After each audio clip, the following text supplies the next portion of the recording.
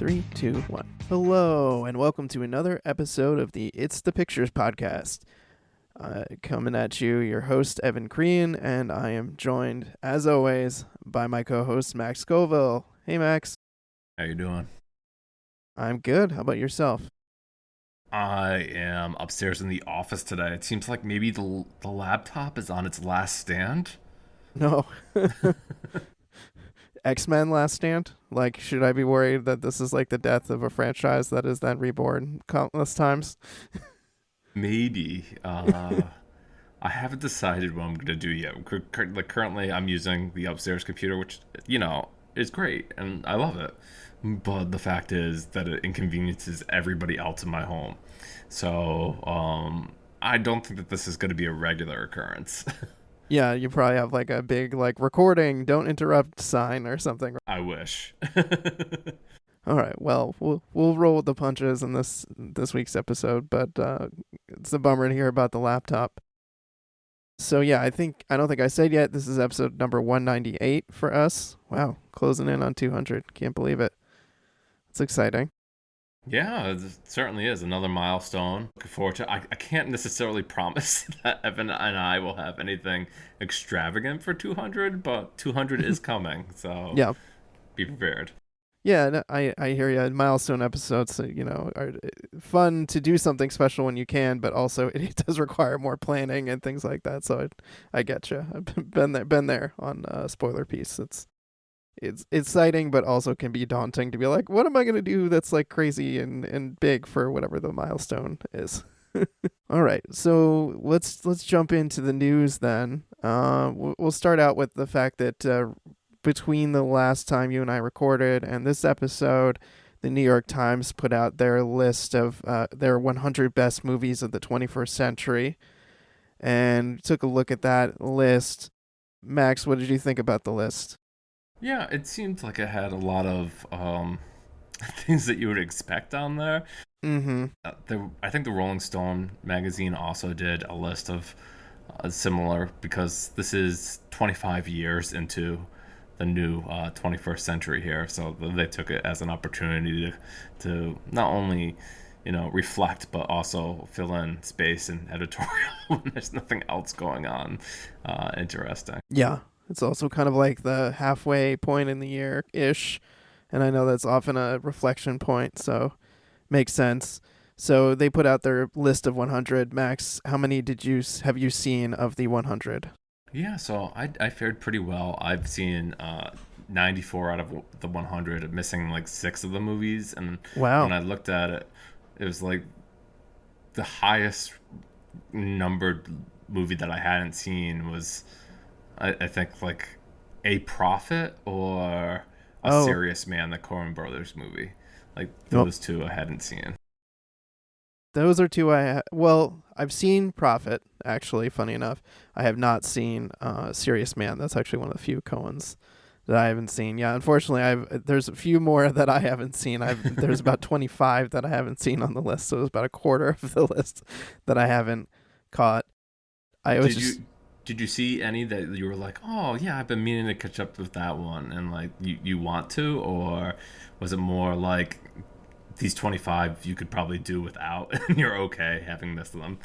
No, I don't think that I didn't. Yeah, I don't think it was ones that I wasn't interested in seeing per se. Like, there's definitely ones on here that I know people really love, like Y Tu Mama Tambien. Like, I know a lot of people really like that one. I've never seen Lost in Translation, also one I haven't seen. A Separation. Some of these are ones that I feel like have been on my list and I haven't seen.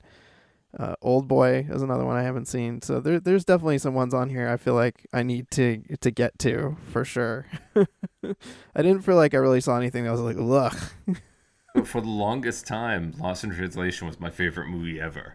Wow. Yeah, it's fallen a little bit in recent years. Like I think I like In the Mood for Love and 2001: A Space Odyssey more so, Mm-hmm. but it's certainly high up there. That's cool.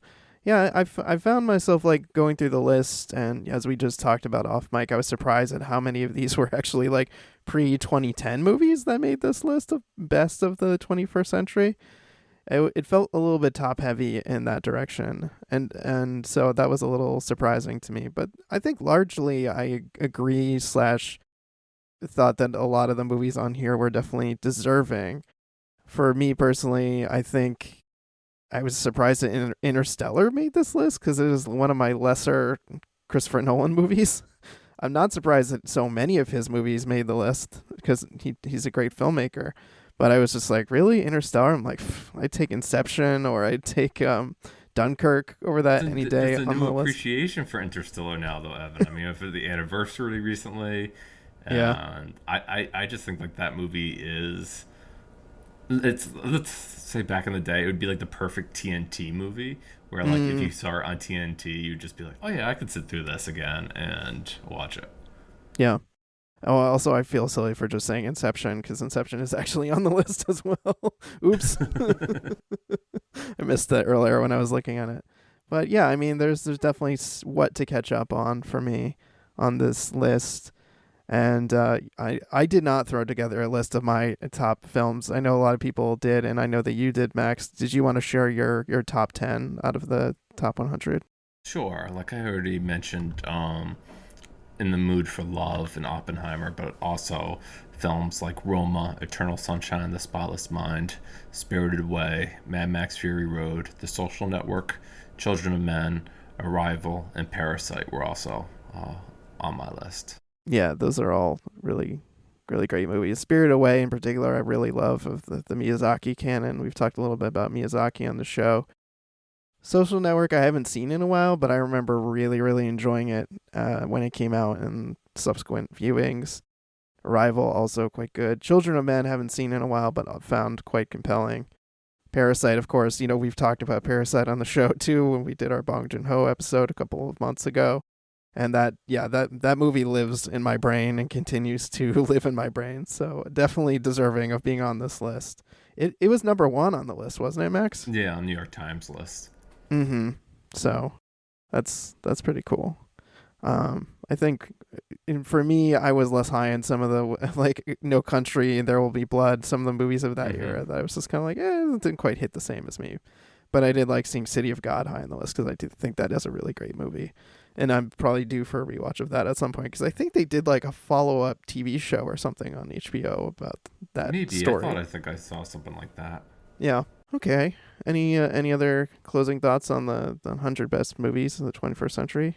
No, and I mean, like, if you haven't checked it out yet and are interested, you can look it up. And certainly, if you don't have a subscription to the New York Times, there's other places that have aggregated the list. Certainly, you could just look on Letterboxd and look up New York Times top Yeah. 100 of the 21st century list, and people have made a list of it. So, Yeah, I um, mean, and Max, you were also kind enough to send me a list that you made on Letterboxd. I don't know if this is a public list or not, but yeah, I it was, suppose if listeners wanted to, you could send it to them also.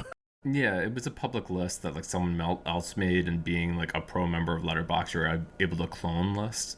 So I Gotcha. just cloned it from somebody else, and Sweet. All right, let's hit the next item on the news agenda here, and that's that. So this says Denis Villeneuve is going to direct the next James Bond movie. yes, he was announced fairly recently that that's the director of Dune and Blade Runner 2049. Uh, Amazon has tapped him to direct it, I guess, like after he finishes Dune Messiah, so it's going to be a little Mm-hmm. while still. And I guess Variety had something up that said, look, Amazon was looking at young actors like Jacob Elordi, Tom Holland, and Harris Dickinson as possible actors to play James Bond. And I don't necessarily know how I feel about any of those. I mean, like maybe Harris Dickinson, most interesting to me. But it seems like after long-term producers Barbara Broccoli and company were kind of bought out by Amazon earlier in the year for like $1 billion, Mm-hmm. Amazon is ready to move ahead with the next James Bond. Yeah. Well, I will. I'm not afraid to say that I am utterly bored by any of those choices, and I really hope that none of them are actually in the running because I like Tom Holland enough as Spider Man, but I've seen him in his other movies, and I just don't think he's that good. I don't I just think these are the most like generic white guys that to me are just like not memorable in anything I've seen them in. So I Yeah. really hope, like, even though I hate Aaron Taylor Johnson in things, I feel like even he is a more interesting, because I know people are saying like he could have been in the running at one point. I feel like even he is more interesting to me than these these dudes. So hopefully they scare up somebody more interesting for Bond. Yeah, I mean, like, I understand why Amazon would want to go with like a face and a name for the role, but it's like Mm-hmm. I don't think like that's what Bond's always needed. I think like maybe like No. Roger Moore was always considered for the first Bond, and maybe like he was a better name.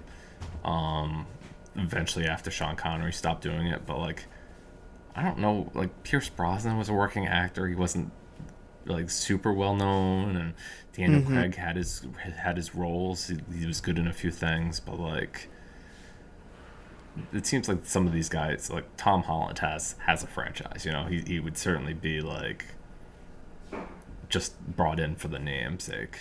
Right. Yeah. I agree with you. I think often you don't need to have someone who's like a huge name to play James Bond. I think that there's the character James Bond is big enough on its own. The franchise has enough, juice behind it that you can bring in someone who's lesser known and have them kind of make it their own, right? It's like Mm-hmm. every Bond is slightly different in some way, shape, or form in how they play the character, and Yeah, everybody like kind of puts their own stamp on it. So I don't know. yeah, I'd like Daniel almost be more Craig. interested in somebody who's like not known come in Yeah, and do it.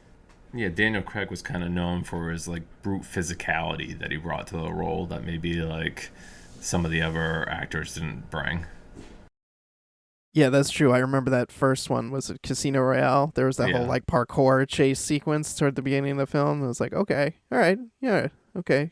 This guy's bringing his own kind of physicality to the role, which I like. All But right. yeah, I'm a longtime fan of James Bond, and if you subscribe to the newsletter, you could see that recently I reshared an archival podcast where John Gilpatrick and I talked about the Sean Connery James Bond movies, and that was kind of newsworthy because recently those six movies were released on 4K for the first time.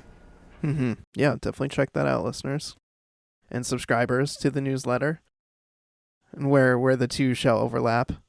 We had one more item of news that we want to talk about, and that's there's a re-release of This Is Spinal Tap for its 41st anniversary, and that's in theaters. I think this weekend, as we're recording, the like July 4th weekend. Max, what are you thinking about this re-release?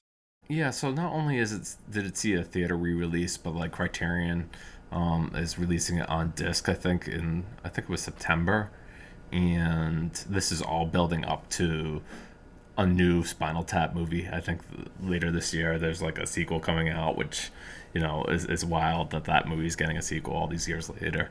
But I I was given like a screener for like the 4K restoration, and I like kind of breezed through it since I didn't have like a time to actually sit down.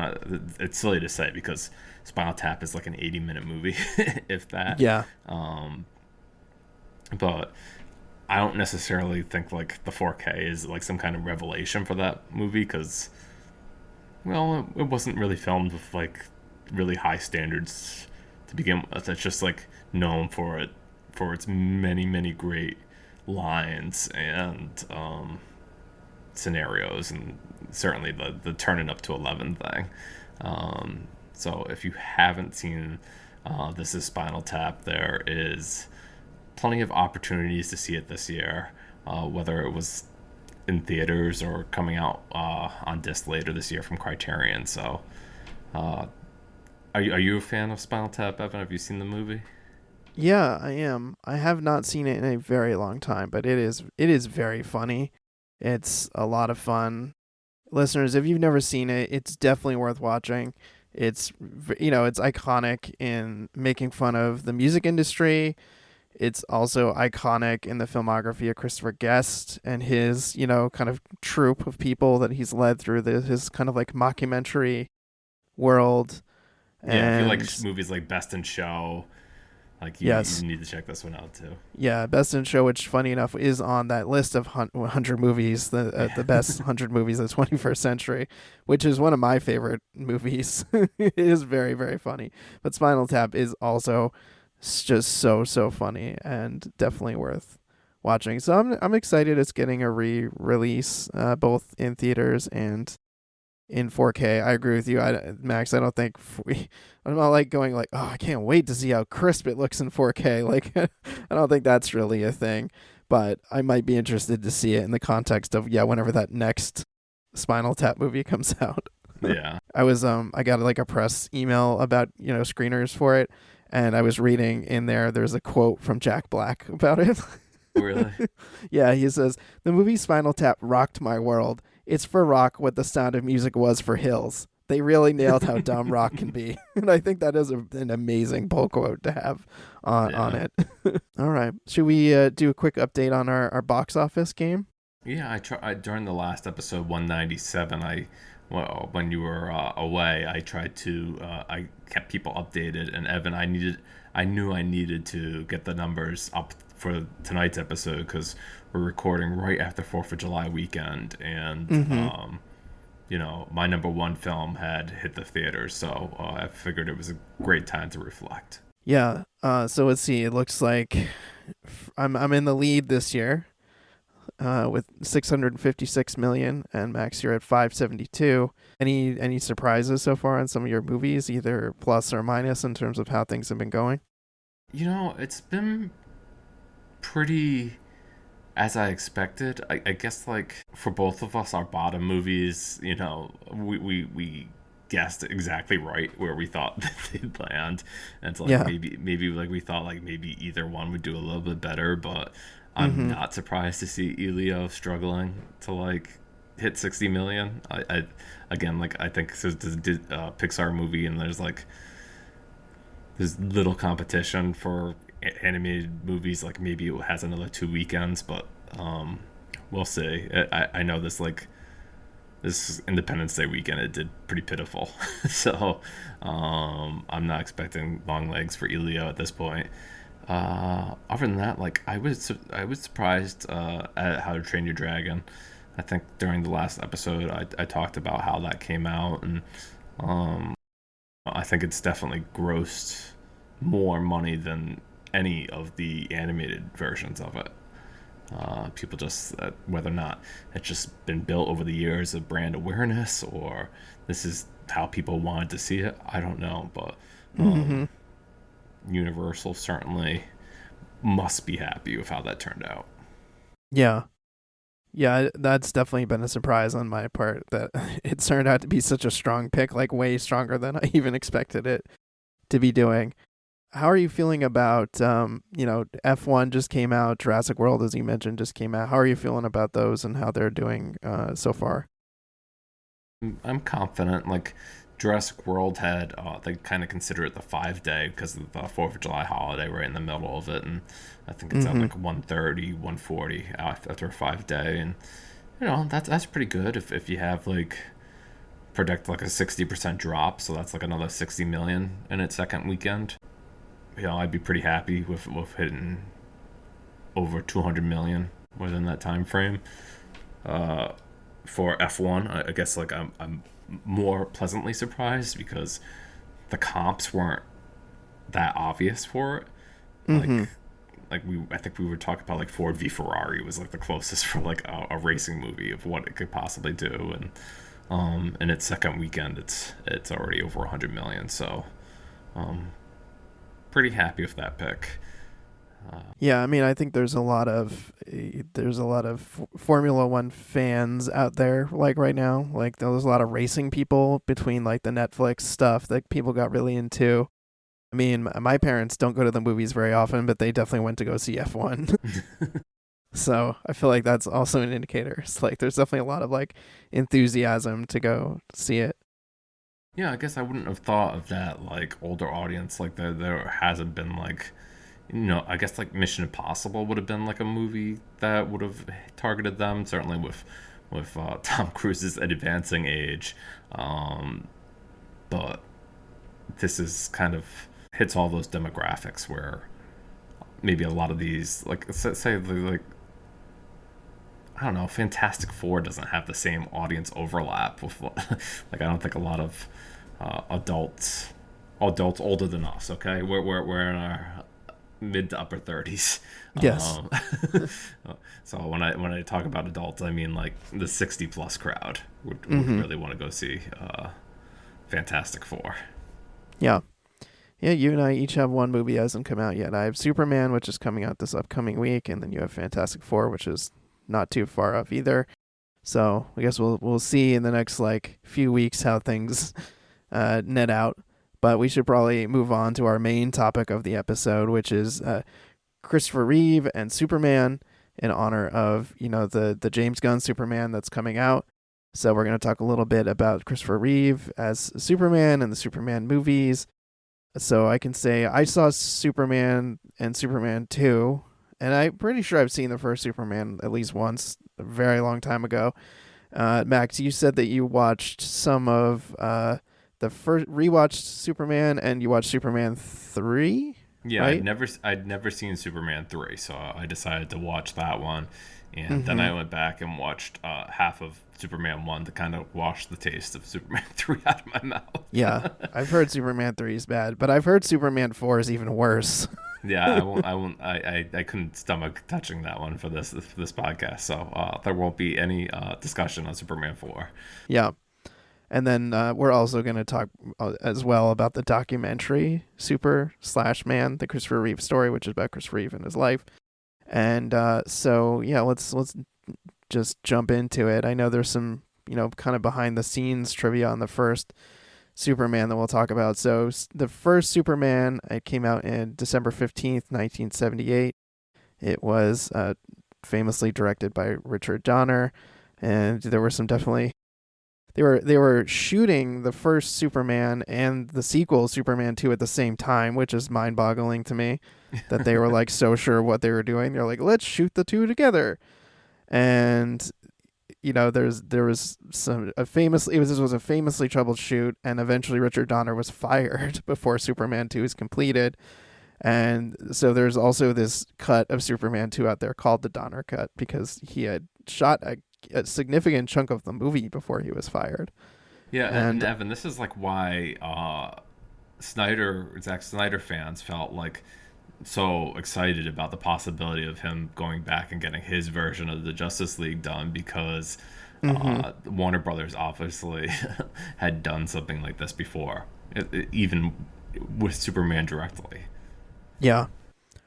I mean, director's cuts I feel like can be such a mixed bag, but I legit thought that the Snyder cut was better of Justice League despite being so god awful long.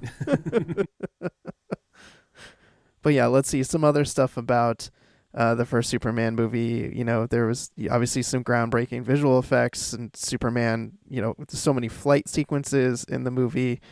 Won a Special Achievement Academy Award for visual effects, even though it wasn't like competing in any visual effects Oscar categories. It had a crazy budget.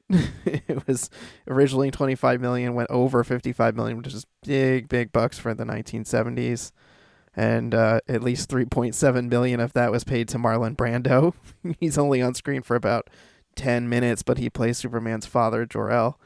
And, it's obviously a big name that they pinned down for that. And I have to say, I did like him in it. I did like Yeah, Marlon Brando in his time. He brought a lot of gravitas to Superman's father and backstory. So I think that was a smart choice. But yeah, I mean, Christopher Reeve coming into this role was relatively unknown at the time. He beat out some bigger names like Robert Redford, Paul Newman, and I was surprised to read this, Max, that even Sylvester Stallone was in the running for Superman. That'd be a very different Superman. Hey yo, Lois. I'm just picturing like Rocky as Superman. yes, that was pretty close. Yeah. And this cracked me up reading this. This is the outline that Max put together about that Gene Hackman was refusing to shave his mustache to play Lex Luthor. So Richard Donner wore a fake mustache and shaved it off to convince him to shave his mustache off. That is insane to me. But Yeah, yeah, well, it's And Evan, I never really realized that the two movies were connected. So like when you see that first like sequence with General Zod and his two henchmen being like kind of sentenced guilty and like sent to like the Phantom Zone, you're like, Yeah. why are they showing me this? Mm-hmm. And you're like, it doesn't really make sense until you see the second movie. Yeah, I agree. And rewatching Superman, I also kind of felt, why am I watching this? Like this has nothing to do with the rest of the plot of this movie. And yeah, it was a very strange choice to like open the movie like we're convicting these guys and we're sentencing them to exile, never to be seen again for the rest of this movie. But then it makes sense when you watch the second one, and then they're kind of like central to the plot of the second one. They break out of the Phantom Zone, and then they're kind of like the lead villains with like Lex Luthor riding like sidecar villain. Mm-hmm. But yeah, I mean also some other stuff about the first Superman. You have John Williams' iconic score, which to me at points felt a little reminiscent of, and this doesn't happen very often I think with John Williams scores, but in this case it definitely reminded me a little bit of Indiana Jones in places. Yeah, like some of the similar motifs. Yeah, but really, really iconic. And apparently Richard Donner thought it was so inspiring. He said you can hear it say the word Superman, which is funny. No, And then Evan, for let's me, when from when I was thinking about Gene Hackman earlier this year, since he passed earlier this year, uh, I remember like watching Superman, and like probably that was my first kind of introduction to his work, because obviously, he famously picked movies like French Connection mm-hmm. and more adult movies. So I always kind of cherished his performance as Lex Luthor. Yeah, it's very interesting, and I feel like we can jump into it now, talk a little bit more about the Superman movies since we've talked about some of the behind the scenes stuff. I love Gene Hackman. I mean, I definitely went through and rewatched or watched some new films of his in the wake of his passing. I think he is horrifically miscast as the villain in this. Do you? Yeah, I just don't. He's playing it so straight, but like in a way that almost feels like fuddy duddy. It doesn't feel like it's got any kind of like camp to it, which I feel like you kind of want in a comic booky Mm-hmm. movie. And it's just like even when he calls that like his like the woman who's like his girlfriend or whatever, Miss Tess, he's always like, Miss Tessmacher, come here and do this. And like the fact that he doesn't even call her by like her first name is just so clumsy to me. But yeah, let's see. So like, seeing kind of some reactions to rewatching because I know I'd seen it, but I hadn't seen it forever. Both Superman and Superman 2 have like the most absurdly long opening credits. I don't know if you felt this as Yeah, you were yeah. watching it, Max. Like the second one in particular, because it's like recapping slash slightly retconning the first one with the whole like bit about General Zod and him being convicted because they don't have like Marlon Brando in that. Like in the first one, Marlon Brando doesn't actually like side with the council and say that he's guilty, but in the second one they just like don't even feature him at all as part of that Mm-hmm. conversation. And it's just like the opening credits of 2 are just like basically a recap of the first movie. Like in case you didn't see the first Superman, here's everything that happened. And it's just like, "Oh my god, these credits are taking forever."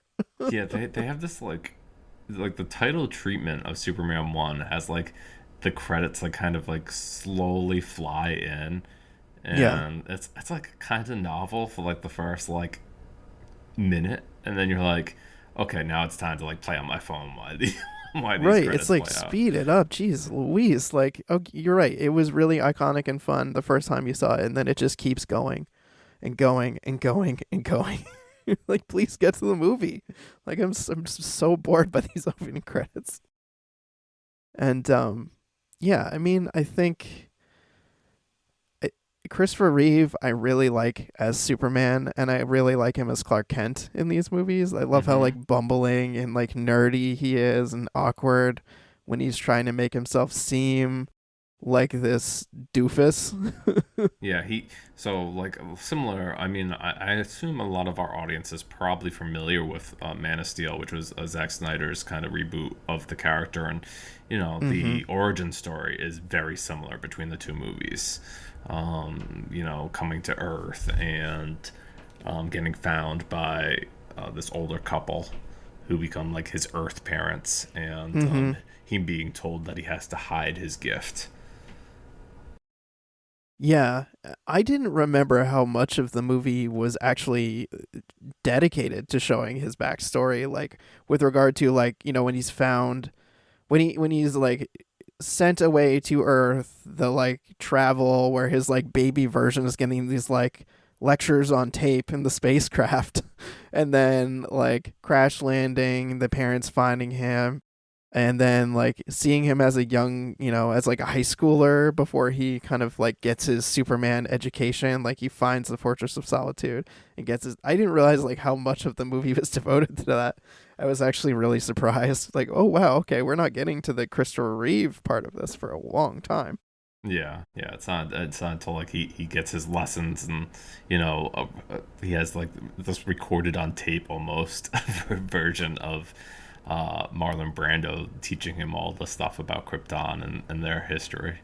Mm-hmm. Yeah, it's like both his parents, because like in the second one you see that like the mom recorded some stuff too, and it's kind of like partially pre-recorded, but it seems like almost like kind of like AI in a way that it can respond to like actual queries. It's not just like playing, tape on loop. Mm-hmm. So I thought that part was really interesting. I was really struck by the visual effects, especially in the first one, how ornate and interesting the planet Krypton looked, and all of the Kryptonian technology I thought was like extremely well done. I think that was something I just kept marveling at in the first Superman. It was like, wow, they really achieved some brilliant visual effects and had some really fantastic art direction. Lex Luthor's whole like underground layer and like the subway tunnels I thought was all really cool, and the Yeah. like passageways and stuff like that. So I really was marveling at the effects, mostly in the first one. I feel like the second one was kind of like, it's more of the same, but not as interesting as some of the stuff they were doing. I was also noticing like some of the scenes where it was very clearly miniatures. I don't know if that Yeah. was something you noticed, like when the dam breaks and it's like flooding this whole like town. It's very clearly miniatures that you're looking at, but still, I respect that they were doing stuff like that. So we talked a lot about Christopher Reeve already and a little bit of Gene Hackman, but I really love Margot Kidder as Lois Lane, and in the first one she plays like kind of like this love struck. Um, well, she's a reporter for the Daily Bugle, but she's also really interested in Superman and the attention she's getting from Superman. Um, One of the dialogue sequences, which I laugh at it because like the dialogue is so funny, but I also kind of like enjoy it because of its like honesty. Is like she's having like an inner monologue of like her time with Superman. Mm-hmm. And there's like a line where she's like, "Oh, can you read my mind?" And like, 'cause she's not sure what this like alien can actually achieve. Yeah, I definitely thought that was a choice. I don't think it was really working for me. Honestly, I also was just not a fan of her or her performance. I don't know if maybe it Eh, was just like the writing was not good. I don't know. It just wasn't really. It I felt like her. very like I like her less in stilted to Superman me. too.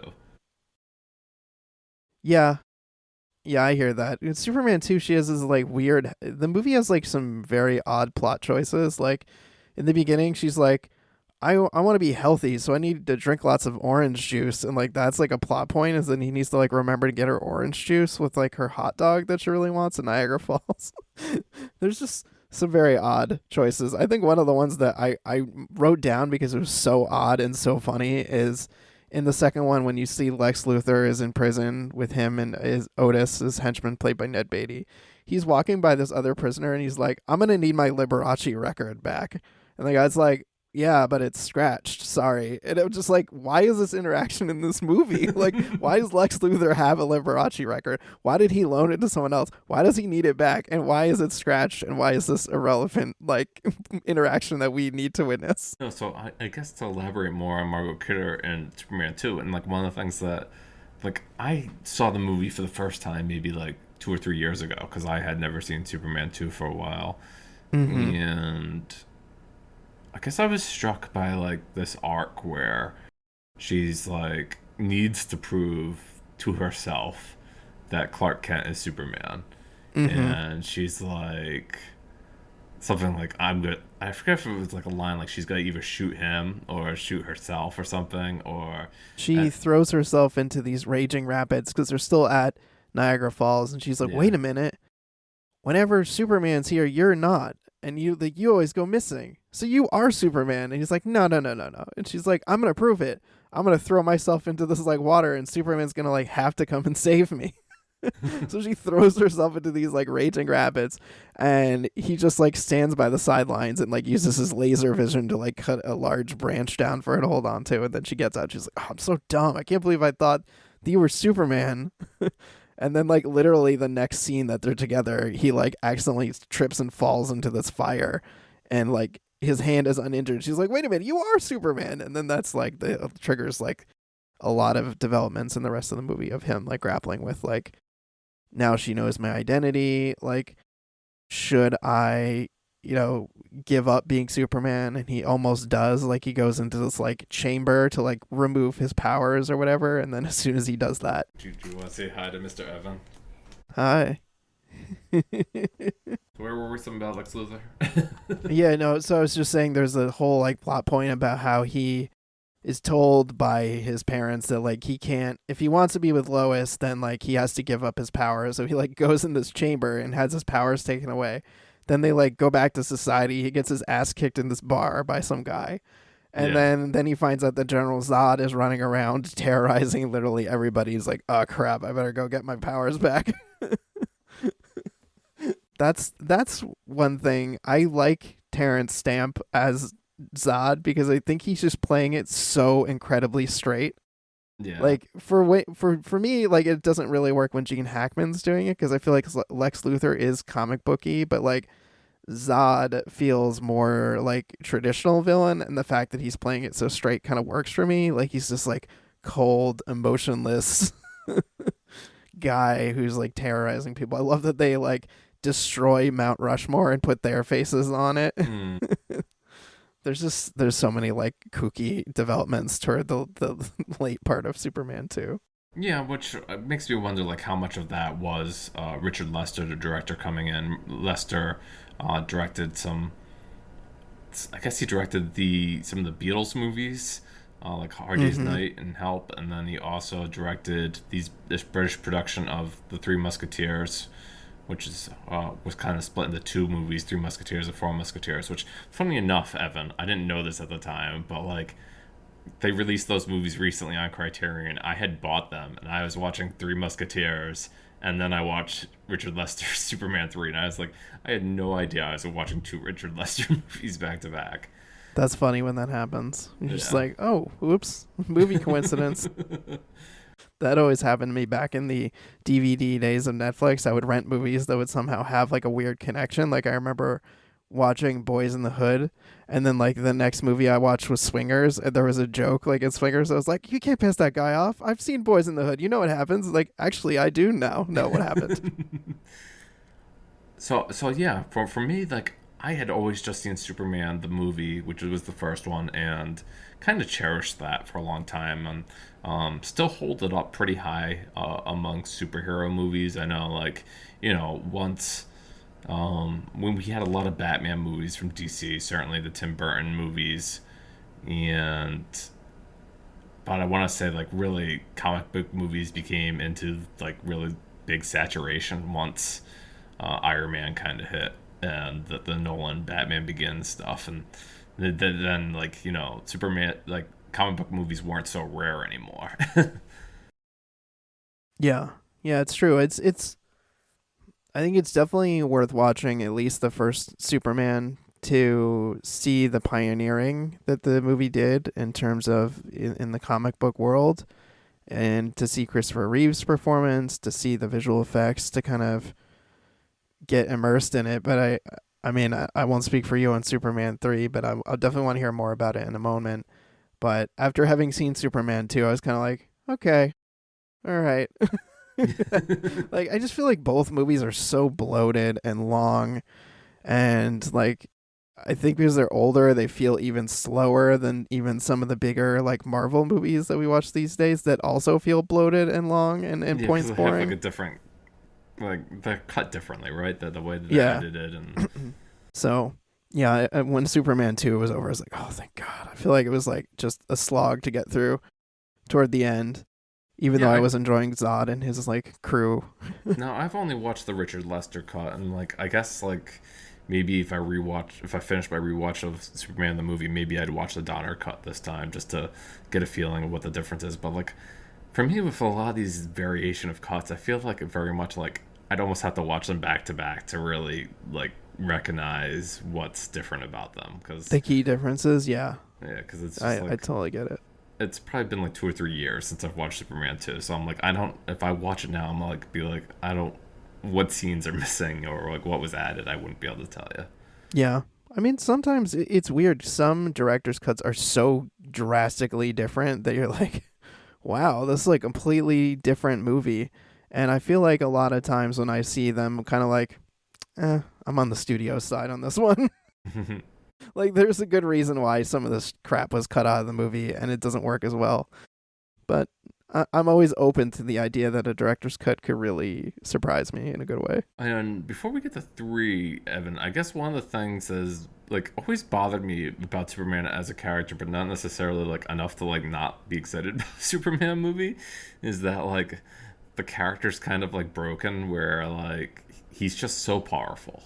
Mm-hmm. And it's like the only thing like that they can do in any of these movies to try to really like stop him is either a you like you said take away his powers because like he voluntarily did so, Mm-hmm. or like shine a rock of kryptonite on him, or like like wear make him wear kryptonite and Right. Or like have someone else like Zod and his gang who are just as powerful and they're basically just like hitting each other and knocking each other, and like things are exploding, but they're not really doing any major damage to each other.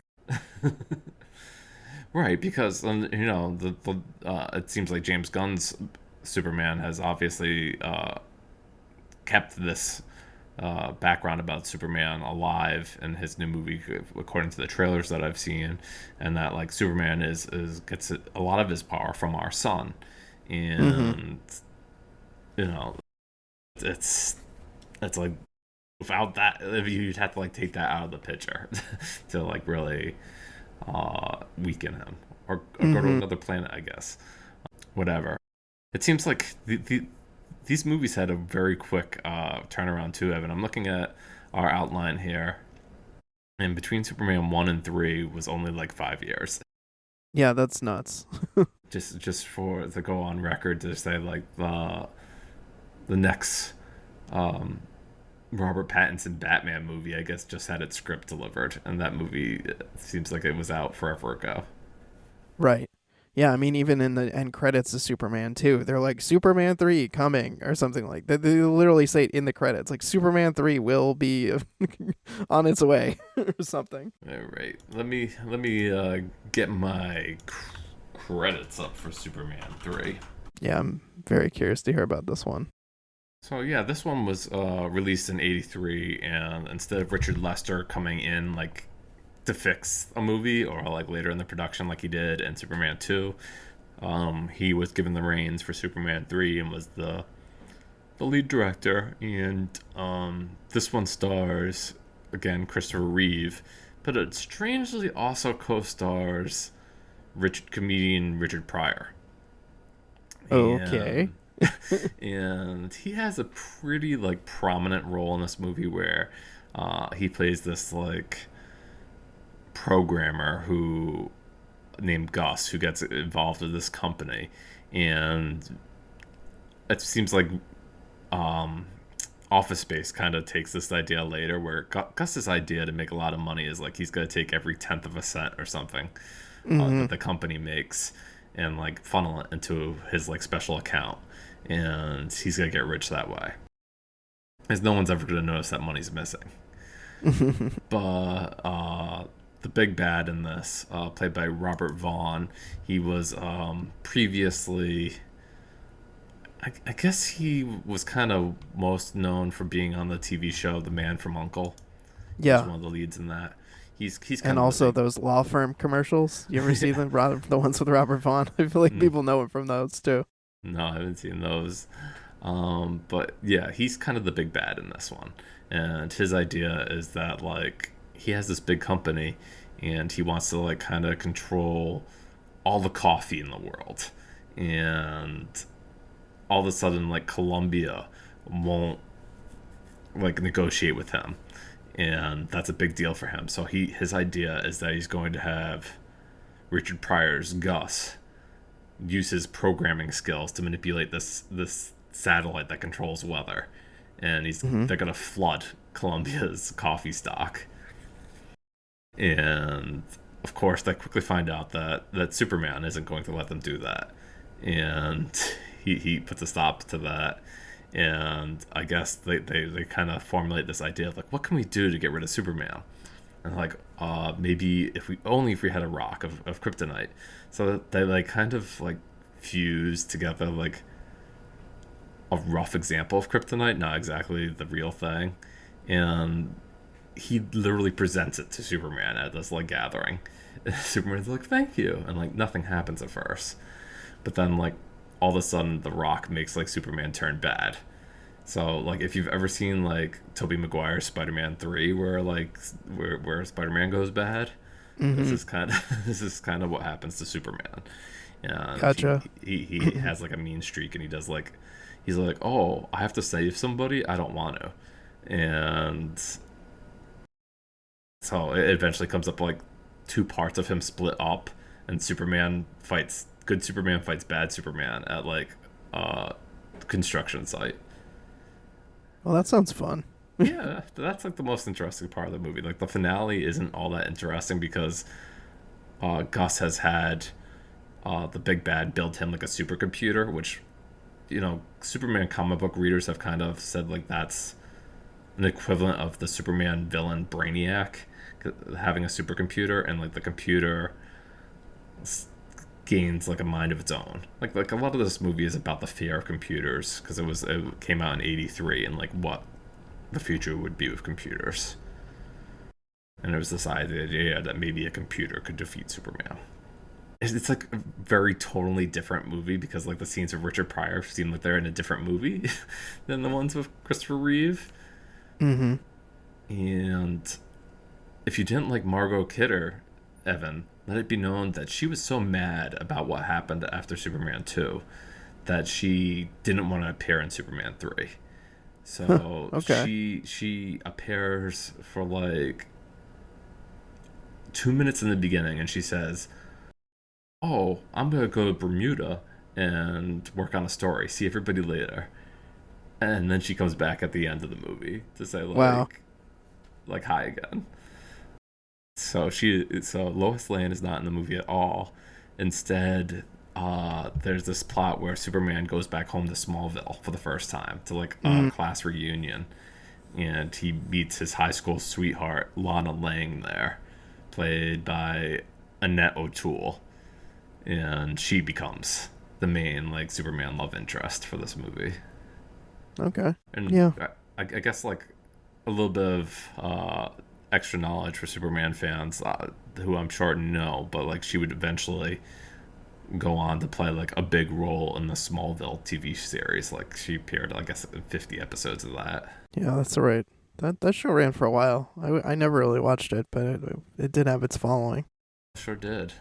Yeah, Is there it says that she's credited for 136 episodes. I don't know how many of those she actually appears in, but or if that was just the run of the show.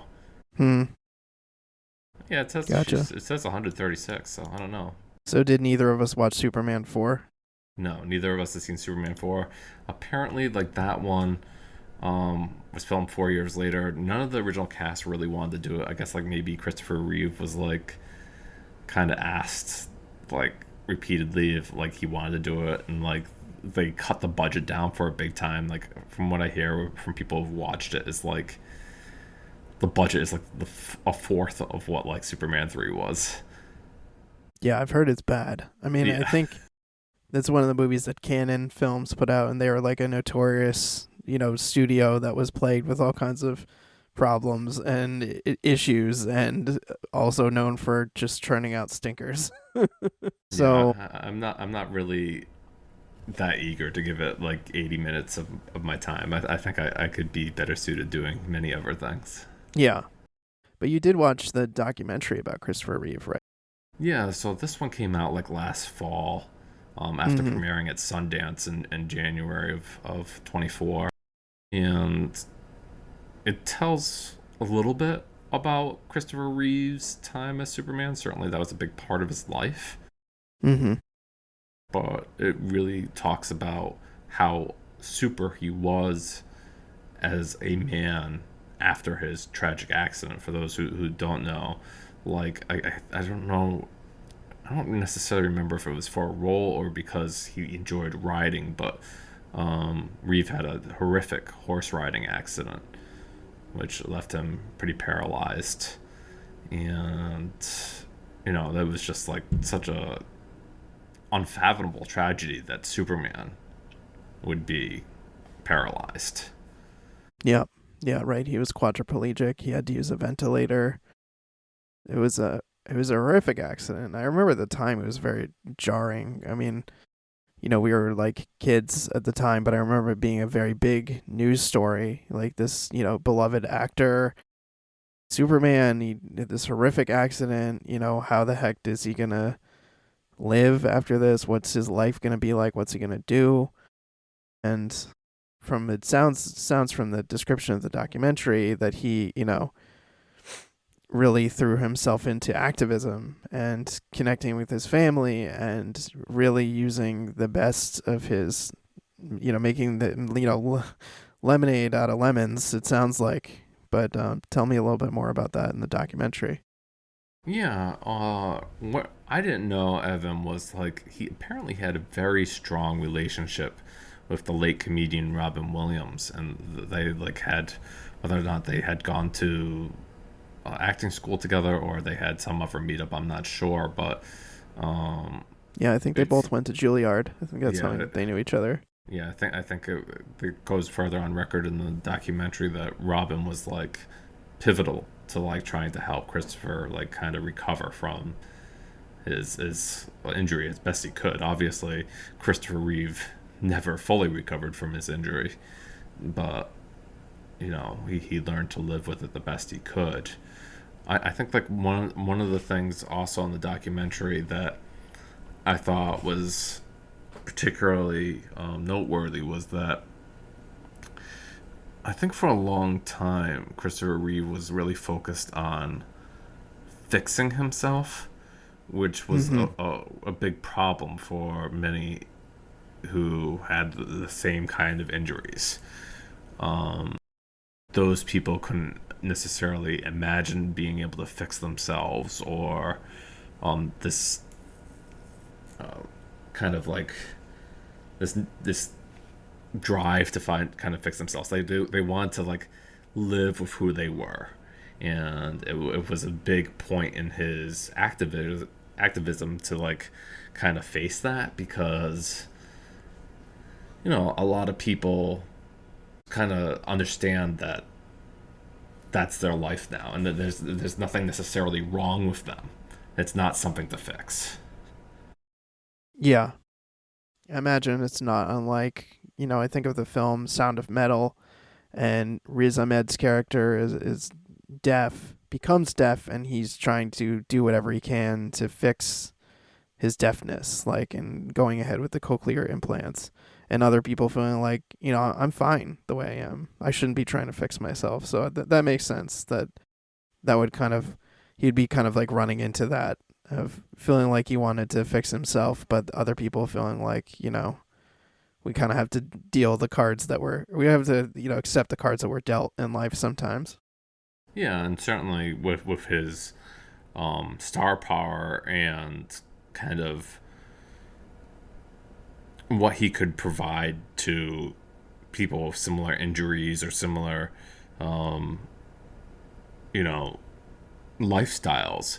Maybe some of his activism could have been used in better ways. And while the documentary mostly champions his life, right? That he he did do a lot, and not only was he Superman on screen, but his activism and all his work that he did throughout his later life certainly meant a lot to a lot of people. And this idea that he might have played Superman on the screen, but he was also a Superman in real life.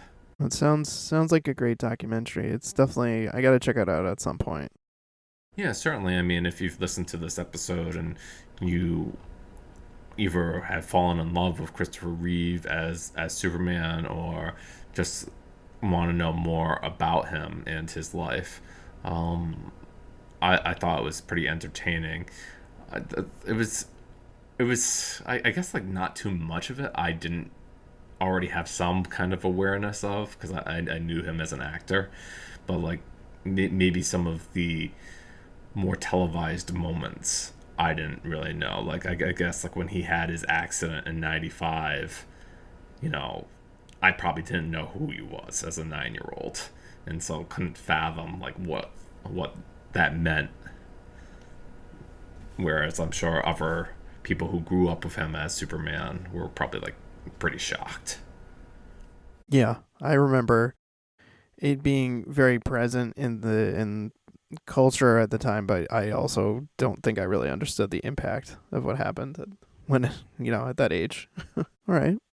Do we have any closing thoughts on Superman, Yeah, Christopher I Reeve?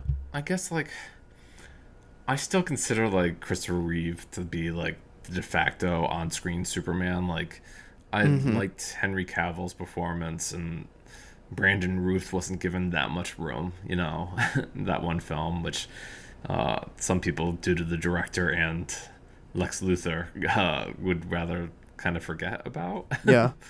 I still kind of like when I think Superman, I think of Christopher Reeve. He has like that kind of like Boy Scout quality that I imagine the Superman character to be. And even though Superman 3 has its flaws, I guess what I enjoyed most about it is that we get to see a slightly different side of his portrayal as Superman. Just give that a little bit more room to grow. Although, like, I'd say like the ending of Superman 1 is pretty satisfying with like how far he goes, or despair. Yeah.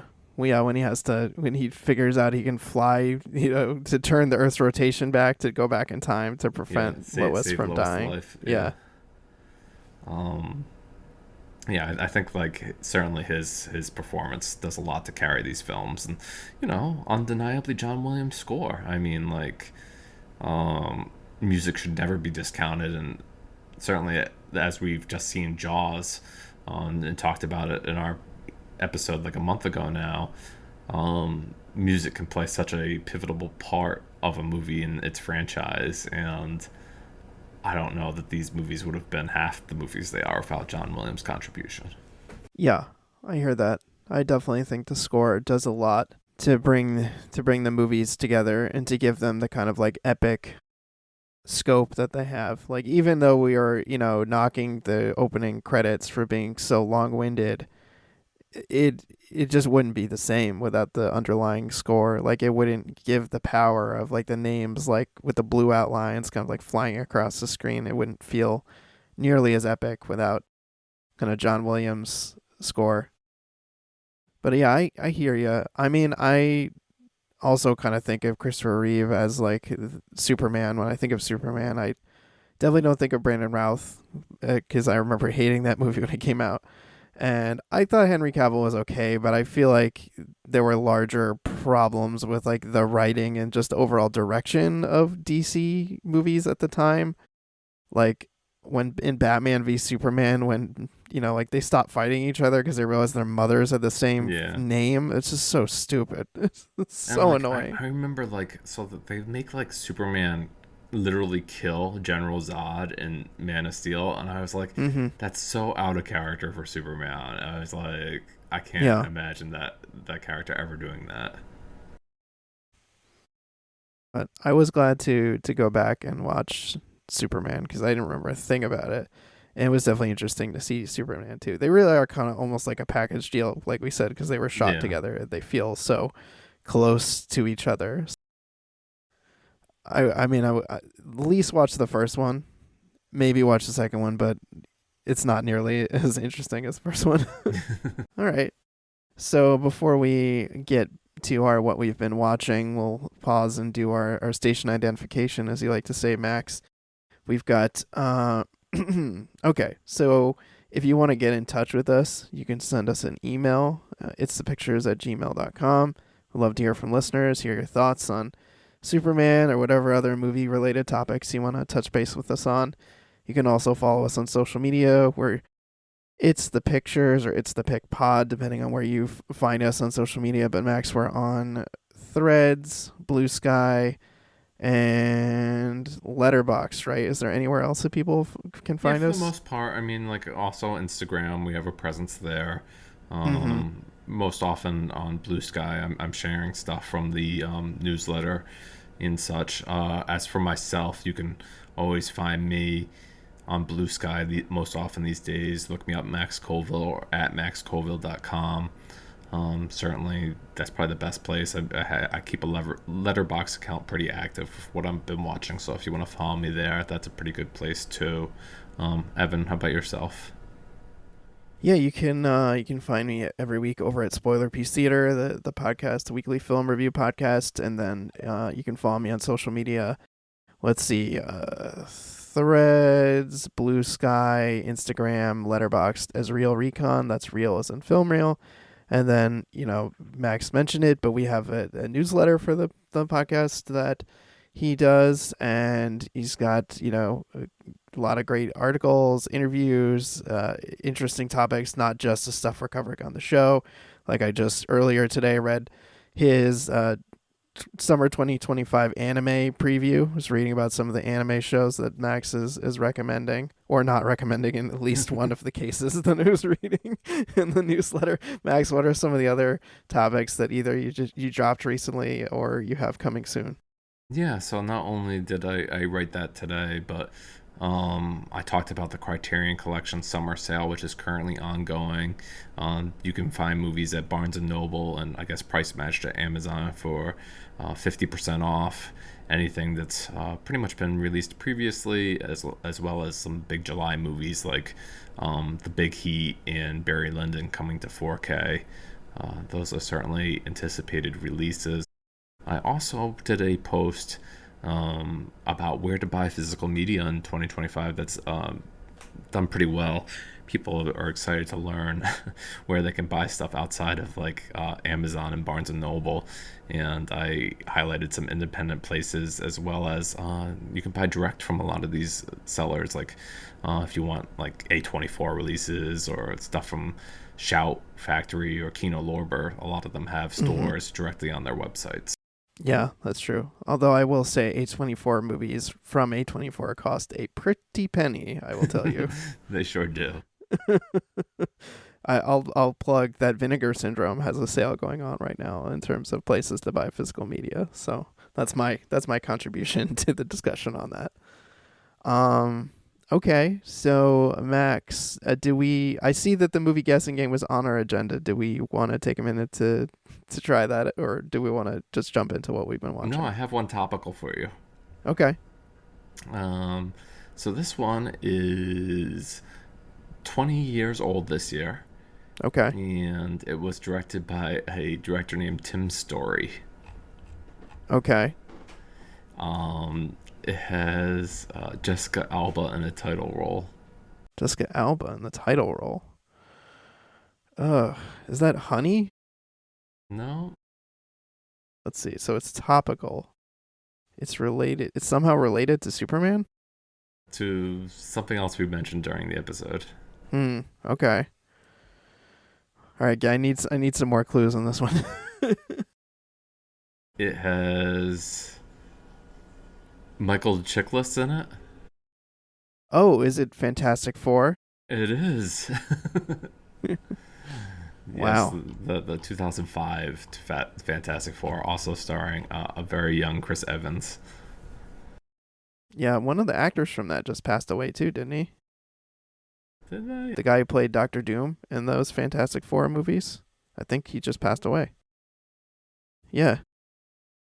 Looking at the top cast, and they don't have like Doctor Doom as a top cast, which is kind of ridiculous. Yeah, Julian McMahon. He just passed away. Anyway, sorry to be a bummer. I just realized that was also related to a recent news item. Hmm. All right, well, yay, I got it, and it didn't take me that many clues. Always fun. It was fun to do this one. I'm glad we started doing this. Maybe one of these days I should come up with one for you to guess. Yeah, yeah, sure. So, Max, what have you been watching lately? So, I went with the Mrs. Jurassic World Rebirth. And before the movie plays, I'm sorry, anybody who went to see it, sorry, there was a, like, I don't even want to say minute teaser for Christopher Nolan's The Odyssey movie, which, when we watched the trailer in the theaters, my wife was quick to point out, like, that was it? I'm like, yeah, it was a teaser. It did its purpose. I mean, like, the movie's coming out in a year. Mm-hmm. Um, we'll see it. Or at least I will. She didn't see Oppenheimer. But as for Jurassic World Rebirth, you know, I was pretty entertained. Uh, they're using Scarlett Johansson a lot to sell this movie as she's the new lead, and I don't know if they necessarily needed to do that because people are going to show up for dinosaurs anyways. Her Mm-hmm. co-stars in this are Jonathan Bailey and Mahershala Ali, and basically, they, the three of them, are kind of like hired by a big pharmaceutical company to go to one of the few inhabited islands by dinosaurs, because this does take place in the same world as Dominion did. Mm-hmm. And so, like, most of the dinosaurs had kind of died off except for those close to the equator. And the idea is if you can get like the blood of three of the big dinosaurs, one conveniently is in the water, one's on land, and one's in the air, you can use that blood to kind of like solve heart disease or something. I see. So they're hired by a big pharmaceutical company to take this risky mission. And of course, they're not the only ones we follow. We also follow this family of four, where there's a father and two daughters. One's like a young child, and the other one's like a teenager and her boyfriend. Mm-hmm. And they kind of like get mixed up in this whole thing. Did you like this more than the other recent Jurassic Park movies, like the Chris Pratt ones? I really enjoyed the first Jurassic World. I'm not gonna like sit here and tell you like on like retrospect that I didn't enjoy it just because of Chris Pratt. Because yes, I did sour on Chris Pratt as a person and maybe even as an actor as the films grew on. But I thought that was kind of a clever kind of reinvention of the formula, or at least like seeing another theme park, because that was the idea of Jurassic Park. Mm-hmm. Um, but the other two movies I thought were just atrocious, and like even Dominion, even though it brought back the original cast, like I think like a lot of these creature features have this problem where like they're shot too dark because they kind of want to hide the CGI, Mm-hmm. and you can't see shit in the finale of Dominion. It's just like dark, rainy, and like you're like, okay, I guess they're running away from dinosaurs, but you can't see anything. Mm-hmm. This one, frankly, doesn't have that problem. Most of it is like shot during the day. I mean, I guess at the very end when they're showing the latest mutated dinosaur, they show like a D-Rex, Evan, which is the newest, like, D-Rex? yeah, which is the newest, like, um, big bad dinosaur, uh, kind of terrorizing things at the end of the movie. But It sounds like an insult you called someone. Like you're being a real D-Rex right now. yeah, I guess like it was fine. I've complained to a lot of people that it has some like the worst product placement I've seen in a movie in some time. Because like there's like a prologue to the movie, and at this facility where they're making the mutated dinosaurs, and like the facility kind of like gets destroyed only because a clearly visible Snicker bar wrapper gets caught in the machine and God, causes a malfunction. that's pretty egregious. I mean, I thought there was pretty egregious product placement in Superman and Superman 2, but that takes the cake. Yeah, and there was like a lot of like Mars bars and Frito Lays, and I guess like they kind of do a scene that's an homage to Jurassic Park One, where like they're in the kitchen, that famous scene at the end of Jurassic Park One, where Mm-hmm. this time instead of a kitchen they're in like an abandoned mini mart, and one of the little girls was like hiding in like a freezer from the dinosaur. And right next to the freezer, there's a very clearly marked like Dr. Pepper like stand with like all old Dr. Pepper dusty. I'm like, really? I thought you were gonna tell me that a character was shaving with Barbasol. I thought that was gonna be the callback to the first Jurassic Park. No, I mean that stuff like that takes me right out of a movie, and like it doesn't have to be that way. Like, and like during that scene, I was looking for like, oh, did they happen to like make every piece of like product in that store have a label? No, obviously a Mm-hmm. lot of it was generic, but like they also had the very clearly labeled like Doritos. Gotcha. So would you recommend that people see this new Jurassic World movie? If people have been seeing the Jurassic World movies all along, they probably Mm-hmm. won't be disappointed by this one. Yeah. Um, I guess I like this. I like maybe fourth favorite, because like, I Okay. never saw Jurassic Park 3, but I've seen all It's the not good. rest. Yeah, and like I'd at least give like Lost World high marks because it's also like a Spielberg film, and Yeah.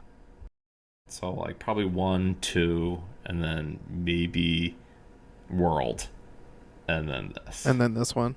Yeah. Okay.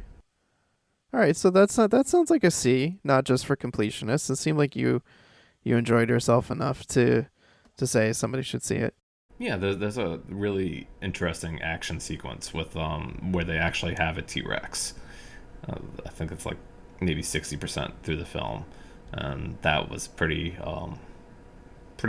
riveting and entertaining. Okay. Maybe I will check it out. I have not seen a Jurassic movie since the first Jurassic World. Okay. What Anything have you else you seen, watched Evan? recently? You want Oh no, for me, what else have I watched recently? Well, I wrote about F1. I saw that to? one in Okay. theaters and enjoyed that for what it was. Cool racing sequences. Saw it in IMAX, so it was like blaring through the speakers too. That was pretty cool. Um, yeah, I haven't really watched too much outside of that. Obviously watching a bunch of anime due to that anime preview. So kind of. Oh yeah, I watched the first 4 episodes of the new season of The Bear because Yeah, I need to see that. I I haven't really like started that watching show. it. Even though like I agree with most people, I thought the third season was a little bit like less than. I still like completed it and watched the whole thing. So I do Mm-hmm. enjoy The Bear, and I'll plan to catch up with it soon. Nice. What were you watching, Evan? Well, I've watched a crap ton in the last few weeks. I won't even like list them all off. I did watch a number of Val Kilmer movies because I'm making there's a guest appearance I made on the podcast Binge Movies where we were talking about Val Kilmer. So that's something I'll share probably in the next like week or two when that. So I watched those. I watched both of Steven Soderbergh's movies from this year, and a couple things I wanted to plug. I saw a movie called Bad Shabbos, which is a comedy that's I think it's still currently playing at the Coolidge Corner Theater. It's very very funny. It's written and directed by Daniel Robbins and co-written by Zach Weiner, and it stars John Bass and Megan Leathers are the leads, and it's about this interfaith couple. He's Jewish, she isn't. They're going to his parents' house for Shabbat dinner, and her parents are supposed to be coming. It's supposed to be the families all meeting, and someone accidentally dies right before the festivities are supposed to start, and so it's kind of like a madcap, dinner party movie, very much in the vein of like the Birdcage, where you've got, all these characters are trying to like cover up the fact that there's like a dead person there, and like, just trying to navigate around it. It's got also as Kira Sedgwick and David Paymer play the parents, John Bass's parents, and Method Man is in it. He plays the doorman in the film, who is very friendly with the family. It's a lot of fun. I very much enjoyed it, and watched it with my wife, who's Jewish, and it's not often when you see movies that they get all the Jewish parts right, and this movie really did. There's only like one kind of minor quibble about how the characters are talking about Hanukkah being like kind of a big deal family holiday, which it very much isn't to a lot of Jews. They're kind of like, people think that it carries more importance because of Christmas, but a lot of people are kind of like, no, Passover is like the big holiday. But it's a lot of fun. It's very funny, just like uproariously funny, madcap, zany, some really fun performances, and the people in it really do feel like a kind of dysfunctional family. So I definitely recommend checking out Bad Shabbos, which, like I said, is at the Coolidge right now, and I'm sure there are places you'll be able to like find it on demand or in smaller releases all over the place. So definitely check that out. And then the other thing is, me and my Apple TV watching, I of course sat down and watched their new show Smoke, which stars Taron Egerton and Jurnee Smollett, and also John Leguizamo and Greg Kinnear. It's the Apple TV thing where it's like really, really strong for like most of the show, and then in some ways they make some like really oddball choices in the last couple of episodes. Like, why did they do that? Is this another one that like had like a monster twist that like totally upends everything that came before it? It doesn't upend it. There's definitely a twist, and I think it's an interesting twist for sure.